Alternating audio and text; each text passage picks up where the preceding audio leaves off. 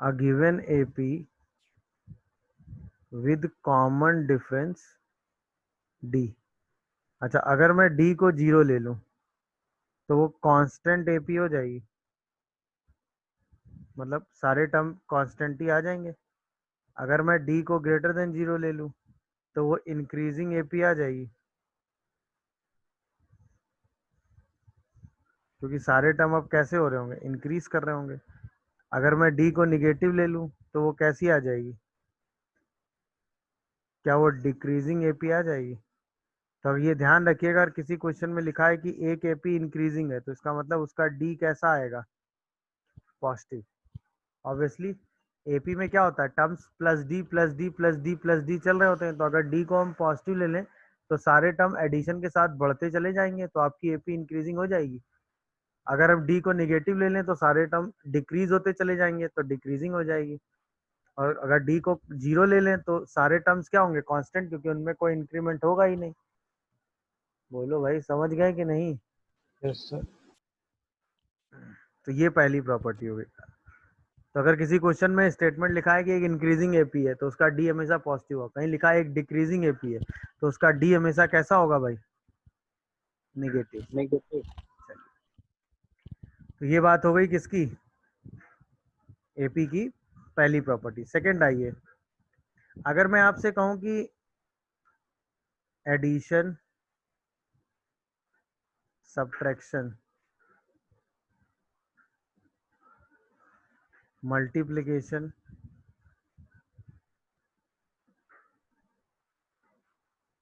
And division by a constant in a given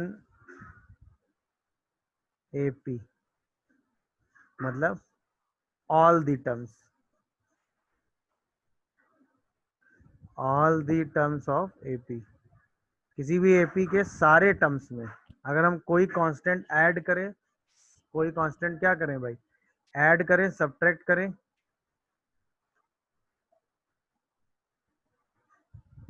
क्या करें भाई, एडिशन कर दें, सब्ट्रैक्शन कर दें, मल्टीप्लिकेशन कर दें, और क्या कर दें भाई, डिवीजन कर दें किसी भी कांस्टेंट नंबर का, सही है ना। तो उससे क्या होगा, एक नई सीक्वेंस बनेगी, देन जो रिजल्टिंग सीक्वेंस होगी वो भी किस में रहेगी, एपी में। Always in AP. एपी। जो नई रिजल्टिंग सीक्वेंस बनेगी वो भी किस में रहेगी भाई, एपी में। अगर हम कोई भी कांस्टेंट क्या करते हैं, ऐड कर दें, सब्ट्रैक्ट कर दें, मल्टीप्लाई कर दें या डिवाइड कर दें किसी भी गिवन एपी में, तो जो रिजल्टिंग सीक्वेंस रहेगा वो भी किस में रहेगा, एपी में रहेगा। मतलब अगर मैं आपसे कहूँ कि T1 T2 T3 से लेके Tn, ये एक सीक्वेंस है जिसका कॉमन डिफरेंस कितना है, डी है सपोज। अब मैंने इसमें कोई कांस्टेंट ऐड कर दिया,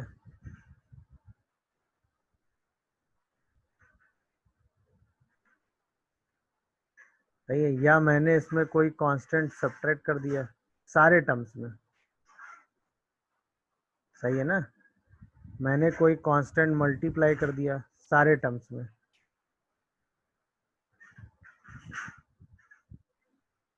मैंने कोई कांस्टेंट डिवाइड कर दिया सारे टर्म्स में,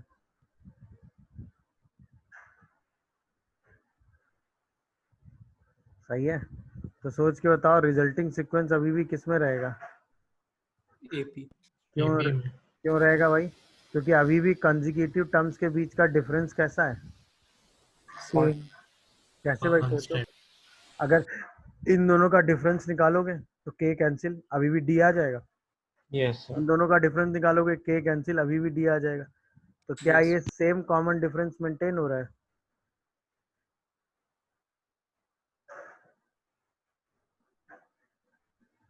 हाँ या ना बताओ। इसमें भी सेम कॉमन डिफरेंस आ जाएगा क्योंकि अभी भी डी कैंसिल हो जाएगा, यस सर। दिख रहा है कि नहीं।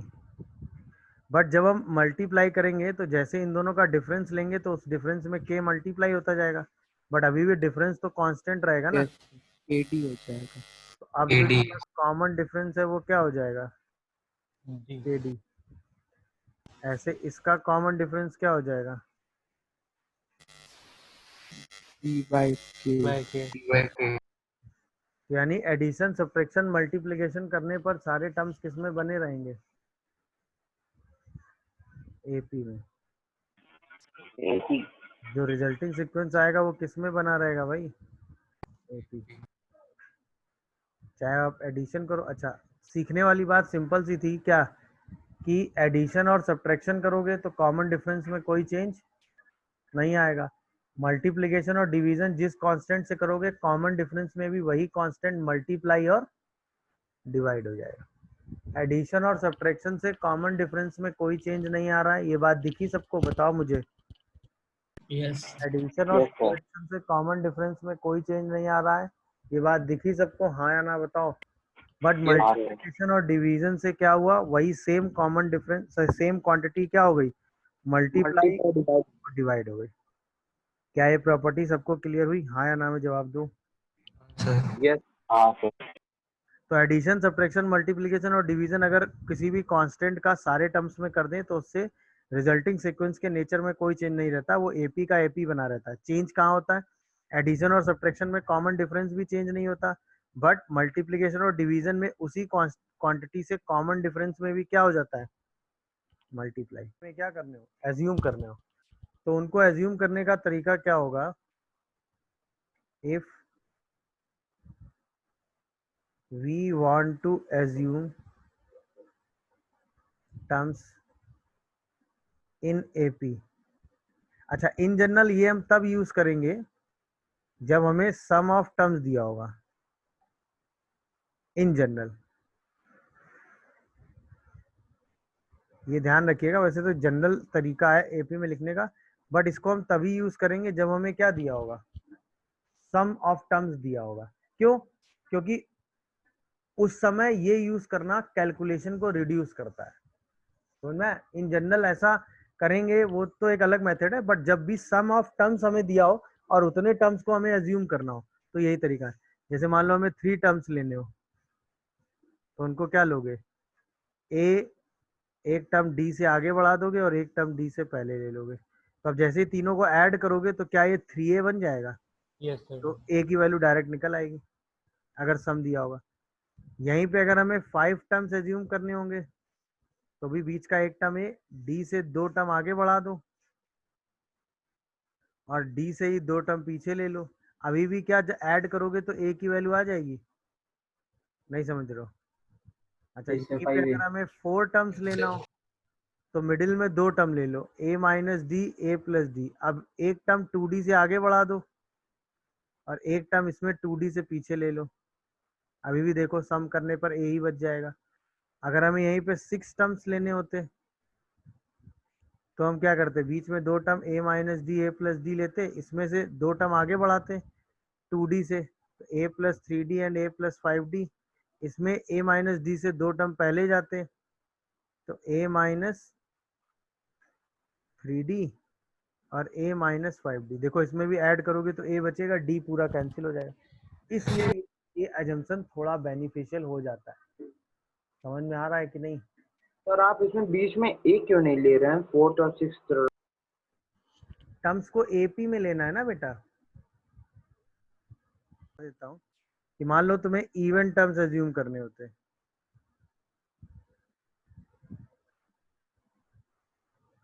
तो इवन टर्म्स मान लेते हैं 2n टर्म्स हैं। कितने हैं भाई, 2n टर्म्स। तो उसमें बीच में 2 टर्म फिक्स कर देते हैं, a माइनस डी और a प्लस डी। अब बताओ a प्लस डी और a माइनस डी फिक्स करने के बाद हमें a प्लस डी इंक्लूड करते हुए आगे यहाँ कितने टर्म्स और लिखने हैं, n टर्म्स। और a माइनस डी इंक्लूड करते हुए पीछे भी कितने टर्म्स लिखने हैं, n टर्म्स। तो यहाँ पे कॉमन इन दोनों के बीच का गैप कितना है, 2d। 2D. तो आगे 2d से बढ़ाते चले जाओ, तो a plus 3d, a plus 5d, ऐसे करते करते a plus 2n minus 1 into D. बोलो ऐसे ही पीछे माइनस करते चले जाओ, a minus 3d, a minus 5d, और ऐसे करते करते a minus 2n minus 1 into D. ये एजम्पशन हो गया, दिखा? बोलो। अगर हमें Yes, sir. Even terms assume करने होते तो की बात चल रही थी। अगर हमें क्या अज्यूम करना होता? Even terms. एजम्पशन समझ में आया क्या हुआ? अरे भाई बताओ, एजम्पशन समझ में आया क्या हुआ? Yes, sir.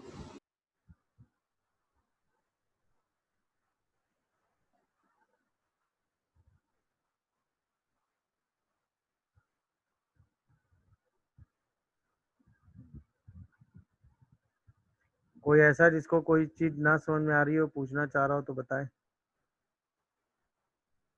दिखा? अच्छा, यहीं पे अगर हमें ऑड टर्म्स लेने होते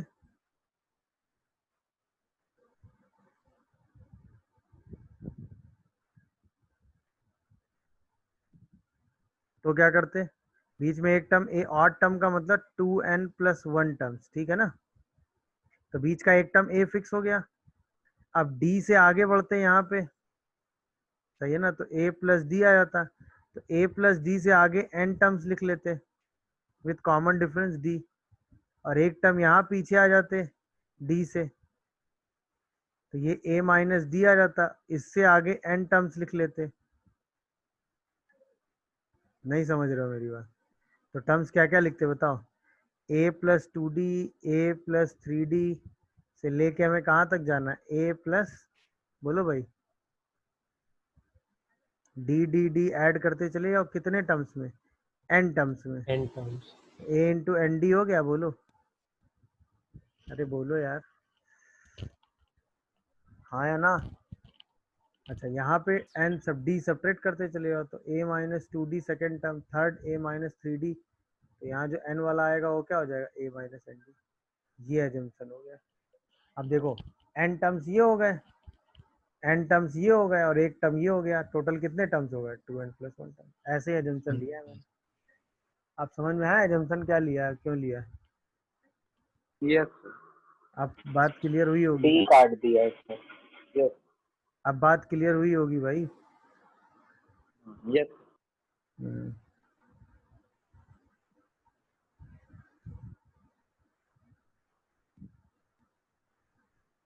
इसीलिए वही काम किया है, दिखा? 3 टर्म में क्या किया, 5 टर्म में क्या किया, 6 टर्म में क्या किया, यानी इवन टर्म्स में क्या किया और ऑड टर्म्स में क्या किया। बट ये एजम्पशन का, अगर मैंने कहा 3 टर्म एबीसी एपी में, तो आप कहते हैं ना कि b माइनस ए हमेशा c माइनस बी के बराबर होता है, क्योंकि डिफरेंस Yes. सेम हो जाता है ना।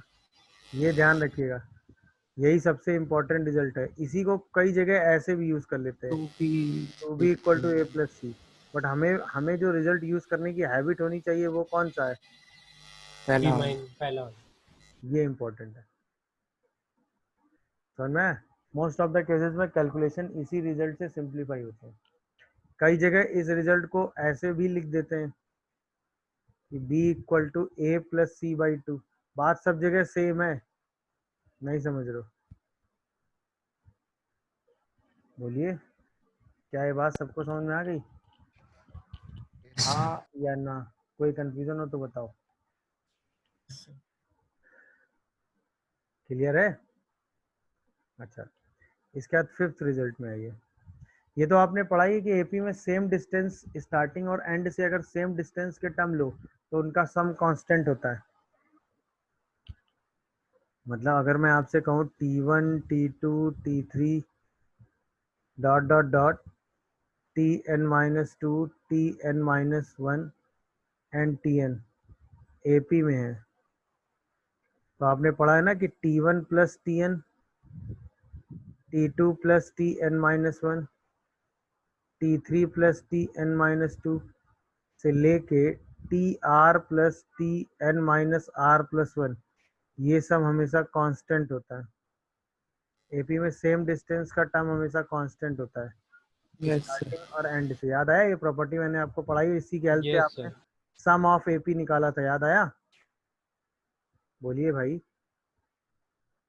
अच्छा, ये रिजल्ट इतना इम्पोर्टेंट नहीं था, मैं जो बताना चाह रहा था वो ये था कि suppose T1 T2 T3 dot dot dot, मैंने यहाँ से आपसे कहा कि एक टर्म आपने लिया Tn, फिर आप आगे बढ़ गए, यहाँ से एक पूरी सीरीज दी हुई है। अब मैंने कहा ये जो Tn है, आपने इससे पहले के डिस्टेंस पीछे गए और इसके आगे के डिस्टेंस गए, तो मैं मतलब kth टर्म फ्रॉम Tn, तो क्या वो Tn प्लस के हो जाएगा? बोलो क्या है, समझ रहे हो? और kth टर्म बिहाइंड Tn, क्या वो Tn माइनस के हो जाएगा? बोलो मुझे, बात समझ में आई? तो मैं लिख सकता हूँ कि जो Tn होता है वो Tn माइनस के प्लस Tn प्लस के बाई 2 के बराबर होता है। बोलो ये बात समझ में आई कि नहीं आई? मतलब किसी भी टर्म से अगर हम kth टर्म उसके आगे लें और kth टर्म उसके पीछे लें, तो दोनों के सम का हाफ वाला टर्म होगा। एपी में हमेशा ऐसा होता है। बोलो भाई, मतलब अगर मैं T2 को लिखूं तो T2 को मैं क्या लिख सकता हूँ? T1 plus T3/2। अगर मैं T3 को लिखूं तो क्या लिख सकता हूँ? T2 प्लस T4/2 या T1 प्लस T5/2। क्या ये बात सबको समझ में आती है?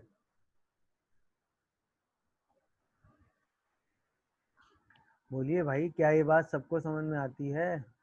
यानी कि इस प्रॉपर्टी में हमने क्या बताया आपको कि कोई भी टर्म अगर आप ले लो तो वो हमेशा अपने से आगे और पीछे सेम डिस्टेंस पे आने वाले टर्म के सम के हाफ के बराबर होता है।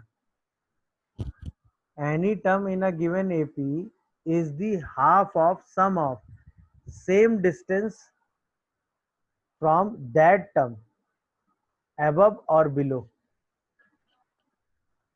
बोलो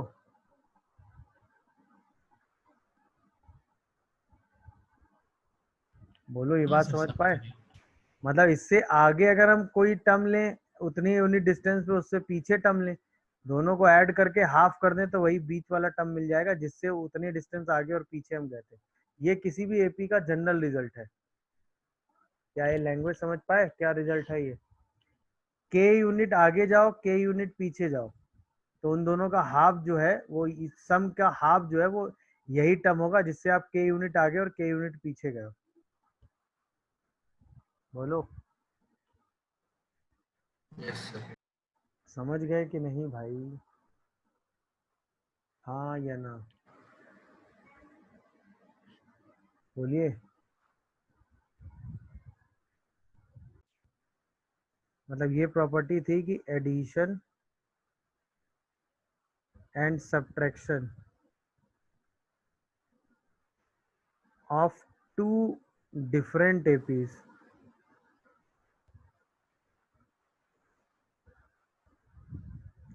टर्म्स बाय टर्म्स, मतलब फर्स्ट टर्म ऐसा,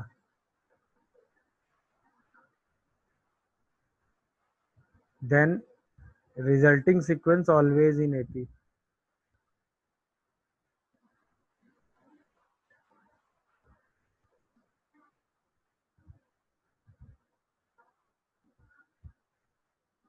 resulting sequence always in AP मतलब अगर मैं आपसे कहूँ T1 T2 T3 dot dot dot Tn और T1 dash T2 dash T3 dash dot dot dot Tn dash, ये भी एपी है विथ कॉमन डिफरेंस क्या?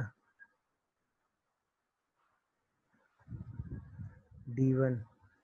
और ये भी एपी है विथ कॉमन डिफरेंस क्या? D2। ठीक है। कहा कि अगर उनको हम ऐड कर दें टर्म्स बाय टर्म्स तो T1 plus T1 dash T2 plus T2 dash T3 plus T3 dash से लेके Tn प्लस Tn डैश, या उनको सपरेट कर दें terms by terms T2 minus T2 dash T3 minus T3 dash से लेके Tn minus Tn dash, ये कर दें, ऐड कर दें या क्या कर दें भाई? सब्ट्रैक्ट कर दें तो रिजल्टिंग सीक्वेंस किस में बना रहेगा, एपी में। क्यों? क्योंकि अभी भी अगर आप डिफरेंस देखो तो T2 minus T1, T2 dash minus T1 dash, तो D1 प्लस D2 आ जाएगा। T3 minus T2, T3 minus T2 dash, D1 plus D2 आ जाएगा। तो यानी कांस्टेंट आ गया। T2 माइनस दिस, तो यह D1 माइनस D2 आ जाएगा, आया ना। तो यहाँ पे कॉमन डिफरेंस कितना आ जाएगा, D1 माइनस D2, और ये भी AP में बने रहेंगे, और विद कॉमन डिफरेंस कितना आएगा, बोलो, D1 माइनस D2। क्या ये बात सब लोग समझ पा रहे हैं, ये बताओ मुझे। प्रॉपर्टी समझ में आई?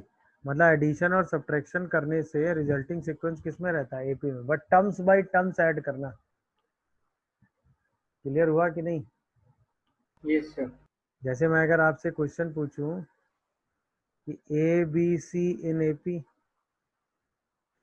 D E F in AP, तो बताओ A plus F, B plus E and C plus D are in AP होगा या नहीं? No sir. No sir. No sir. है नो? No sir. अच्छा सोचो जरा, ए बी सी एपी है, वेरी गुड। अगर डी ई एफ एपी है, सर ये एपी होगा। भी तो एपी ये होगी। भी हुआ। Yes sir. नहीं क्या? अगर इस सीरीज को हम रिवर्स में लिख दें तो भी तो एपी बना रहेगा। Yes sir. इन दोनों को ऐड करो तो ये किस में आ जाएगा, एपी में। अरे हाँ या ना बताओ मुझे। Yes sir. ऐसा कोई लॉजिक थोड़ी ना, रिवर्स जस्ट पूरा पूरा क्या कर दिया है, रिवर्स कर दिया है।